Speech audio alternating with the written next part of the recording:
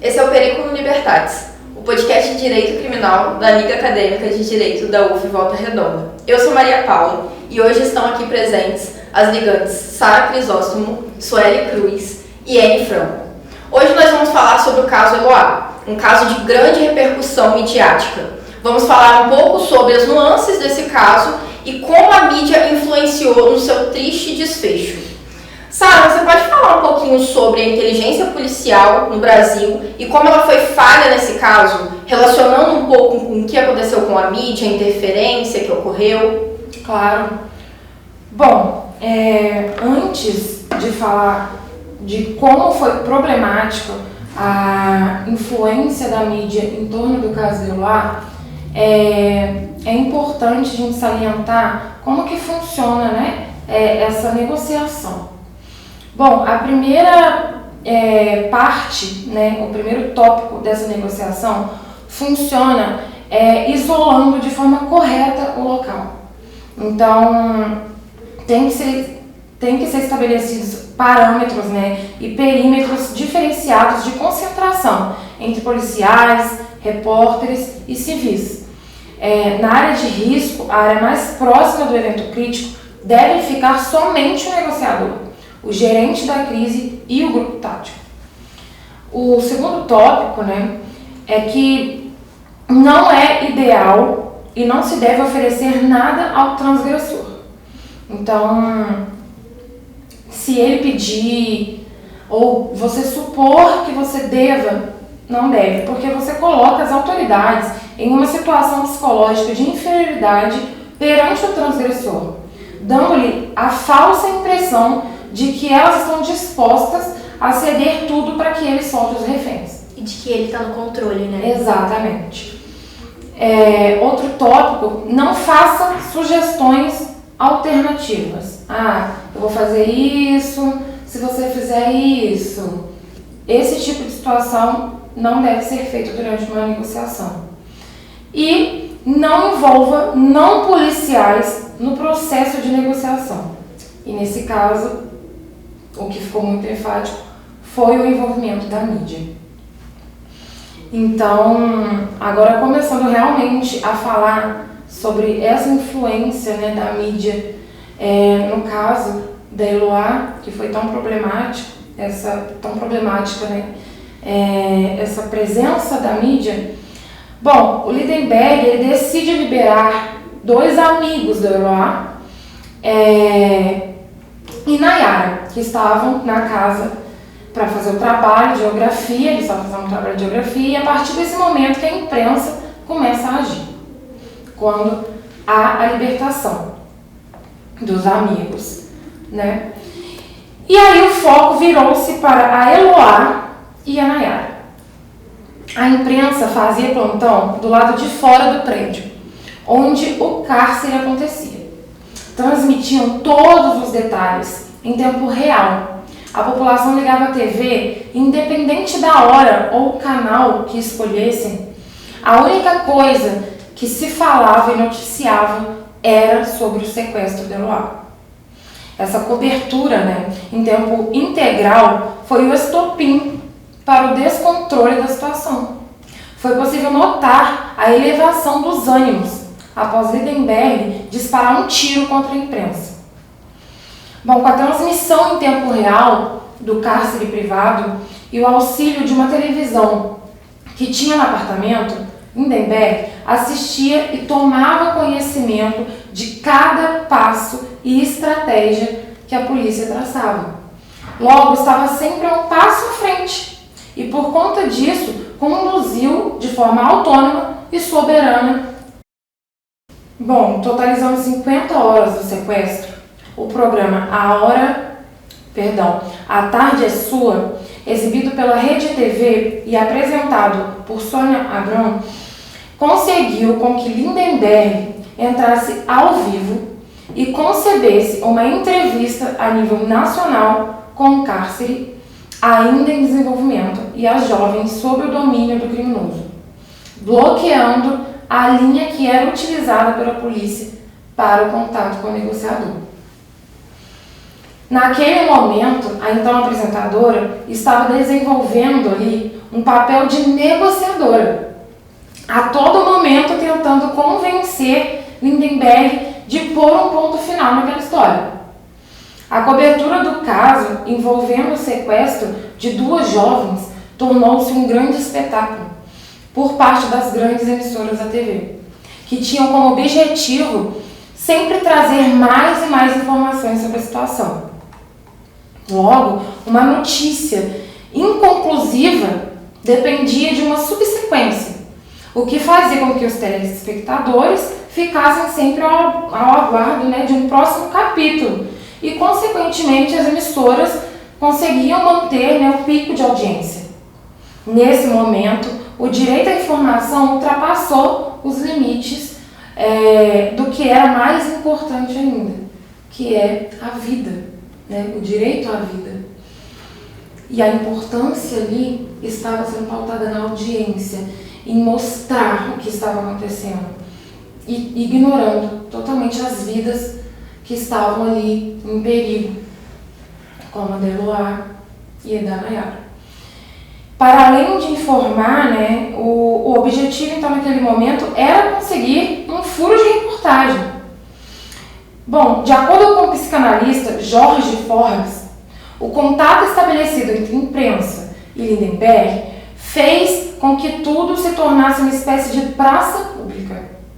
Houve uma espécie de espetacularização do crime, bastante questionada e criticada após o desfecho do caso, que infelizmente resultou na morte de uma das reféns.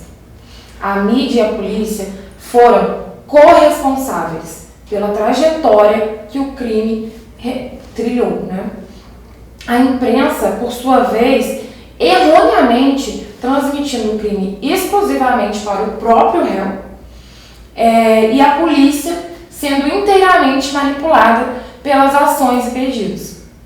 A maioria dos noticiários romantizou o crime, dizendo ser apenas um crime passional, por amor, e assim enraizando ainda mais o fato de que a violência contra a mulher é um dos temas mais esquecidos da mídia brasileira, sempre ocultado por um véu. O erro da mídia se deu logo no início. Em todos os casos, nunca se é televisionado durante o acontecimento. A notícia só se dá após a resolução do crime, para que não aconteça exatamente o principal fator desse erro de cobertura e sensacionalismo. O fato de que Lindenberg havia tinha contato externo, além do que é necessário, interferindo nas negociações e ações da polícia. Ele via tudo, o tempo todo. Portanto, a atuação da mídia no desenrolar do caso, de certa forma, foi um agravante para o fim trágico da questão, infelizmente, que resultou na morte da Eloá. É engraçado como a sociedade ela tem uma visão muito banal dessa questão da negociação, Então, é muito de um conhecimento assim, popular achar que a negociação é só você ir lá e conversar com a pessoa e tentar apelar ali pro psicológico para conseguir que ela pare de cometer o crime. E não é dessa forma. Tem toda uma questão por trás, tem um treinamento de fato da inteligência da polícia para que eles consigam convencer a pessoa. Então, quando os repórteres, eles de maneira irresponsável, conversam diretamente com o transgressor, eles estão fazendo justamente tudo que você falou que não deveria ser feito. Eles negociaram, tentando ceder pontos. Não faz isso, porque senão isso vai acontecer. Então eles atuaram de maneira errada do início ao fim. Mas o erro todos os protocolos exigidos. Exatamente. Mas o erro não foi só da mídia. Não. O erro também foi da polícia, que deixou a mídia se aproximar tanto a ponto de interferir na negociação. Exatamente. Houve uma corresponsabilidade. Exatamente. Tanto da mídia ali exibindo tudo como uma forma realmente de conseguir a audiência, pensando somente na audiência, tornando aquela situação em um espetáculo e da polícia que recebe o devido treinamento e deixou aquilo acontecer, foi manipulada e infelizmente acabou agravando A sensação que a gente tem de tudo isso é que talvez todo mundo ali não acreditava no fato que iria acontecer. Não, tentaram jogar de uma forma ali que, não, isso não vai acontecer. Ele tá deixando por muito tempo ali, ele não vai cometer o crime. Ele não tem essa coragem. Pois é, subestimaram ele achando que ia cozinhar ali, banho-maria, e não deu certo, né? E a sociedade midiática tomou um papel que não encobria ela, em nenhum momento. Porém, também todo o corpo docente ali, todos os policiais, todos os responsáveis, não tomaram a frente daquilo que estava acontecendo, né? Então tem uma culpa aí em conjunto, sem dúvidas. Sim, os policiais deixando com que a mídia ficasse em perímetros que deveriam, pelo menos, serem delimitados somente para os negociadores ali. Como eu disse, né, um dos tópicos, né, um dos parâmetros da negociação é não deixar que não policiais estejam nesse perímetro especial, talvez, né, em que só pessoas devidamente treinadas e capacitadas, né, para aquilo deveriam estar. Então, realmente é uma corresponsabilidade. A mídia e a polícia erraram. E toda essa investigação, né, o próprio artigo 20 do Código de Processo Penal fala que tem que ocorrer de forma sigilosa. Então, a partir do momento que toda essa estratégia está sendo transmitida em rede nacional, é óbvio para analisar que o próprio Lindenberg estaria tendo acesso a essas informações, o que dificultaria a atividade dos policiais.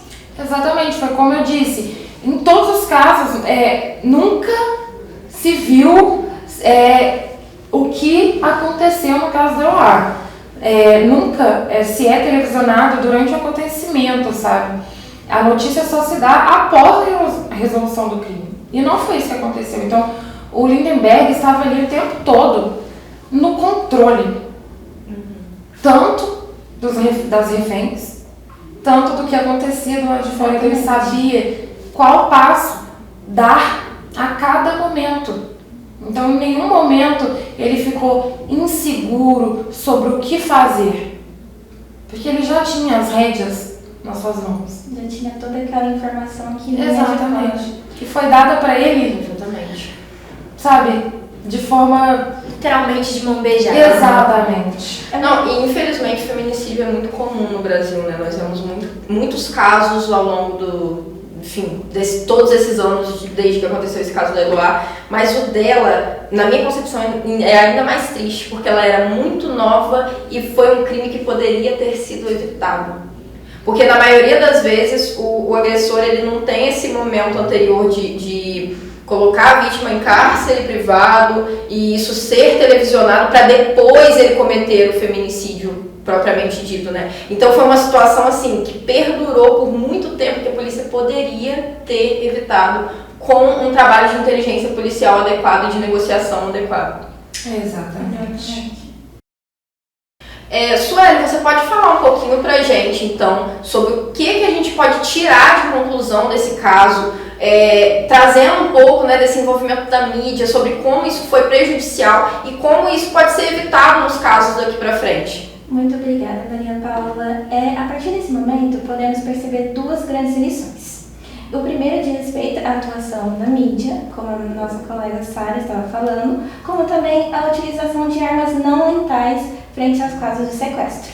No primeiro momento, o erro principal da mídia foi transmitir o crime no exato momento que ele estava sendo executado, sendo que essa transmissão ocorreu de forma autônoma, independente e sem vínculo estratégico com os policiais. E essa parte é muito interessante, né? Porque sem vínculo estratégico com os policiais, porque agiu a mídia, no geral, de forma autônoma e independente.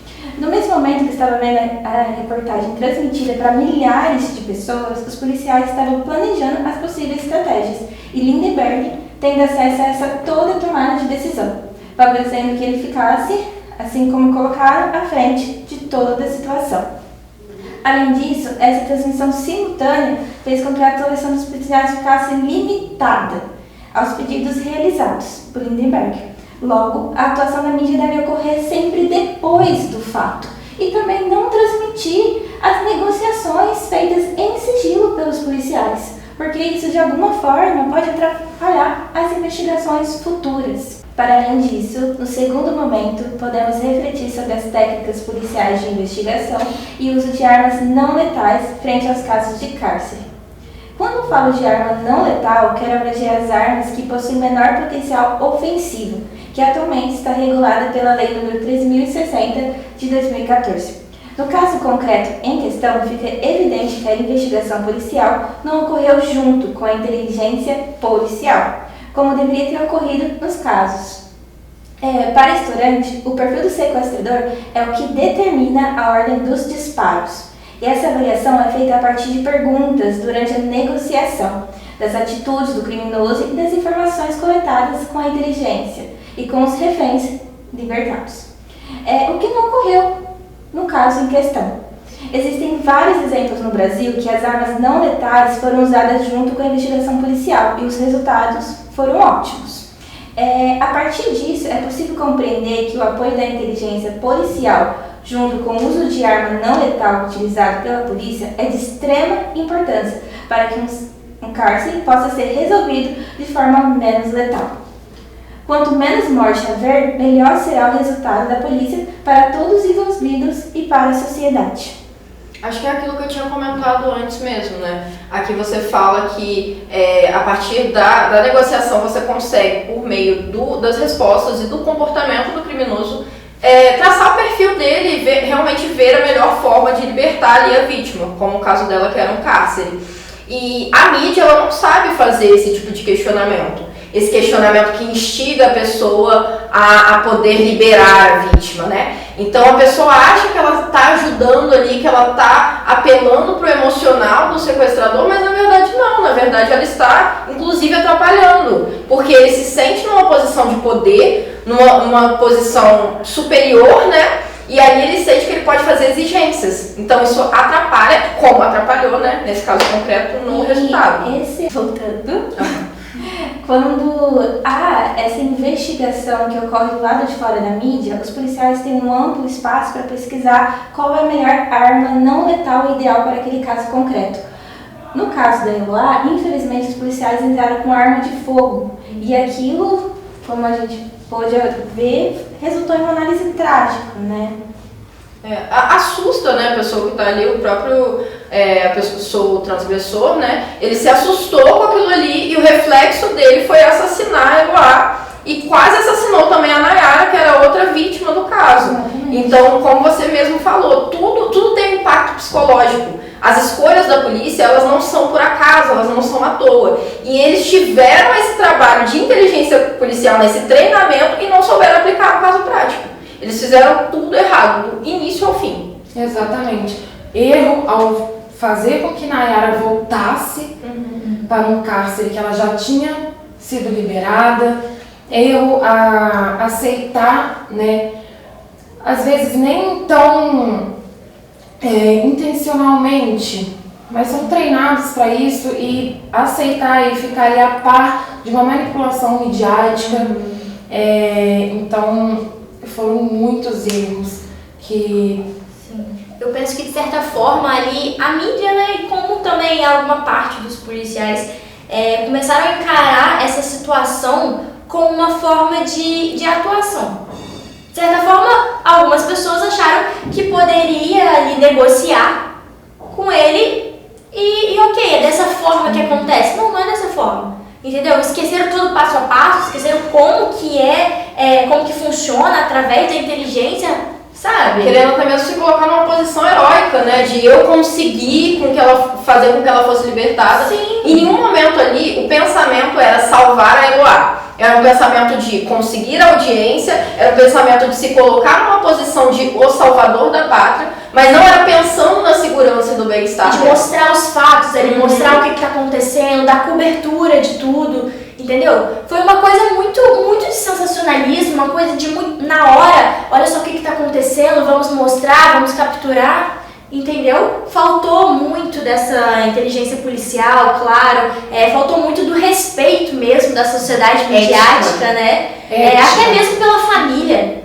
Tava transmitindo ali em rede nacional e a família tava vendo pela televisão tudo que acontecia, entendeu? Muito palco pro Lindenberg. Prepararam ele para o que ia acontecer. Ele se achava Exatamente. detentor do poder, detentor do controle. Tanto é que a todo momento ele se comportava como alguém que estava no poder. Porque ele estava. Exatamente. E a partir do Porque momento esse poder foi dado a ele. Sim, a partir do momento que ele sentiu que perdeu esse poder, foi o que as pessoas costumam falar, né? Que a casa caiu. Porque ele ficou assustado e agiu. E aí entra a questão que a gente falou aqui inicialmente de falar, mas achava que ele ia libertar porque ficou muito tempo com ela ali no cárcere, então tinha alguma chance dele liberar. E no fundo, imagino que na cabeça dele, ele continuava com aquilo porque era uma forma de receber a atenção. Como ele estava recebendo atenção, estava ocupando uma posição de poder, porque ele tinha ali o poder, ele foi deixando com que aquilo continuasse acontecendo. E aí entra o que a Anne falou, que é justamente no momento em que ele sentiu que ele ia perder aquele controle, que a situação saiu do controle dele, foi o momento em que, infelizmente, ele assassinou a Eloá. Realmente foi uma sucessão de erros. Então, gente, eu gostaria muito de agradecer a presença de todos vocês. Foi um ótimo debate. Eu acho muito importante trazer de volta esse assunto, porque, enfim, os feminicídios continuam acontecendo.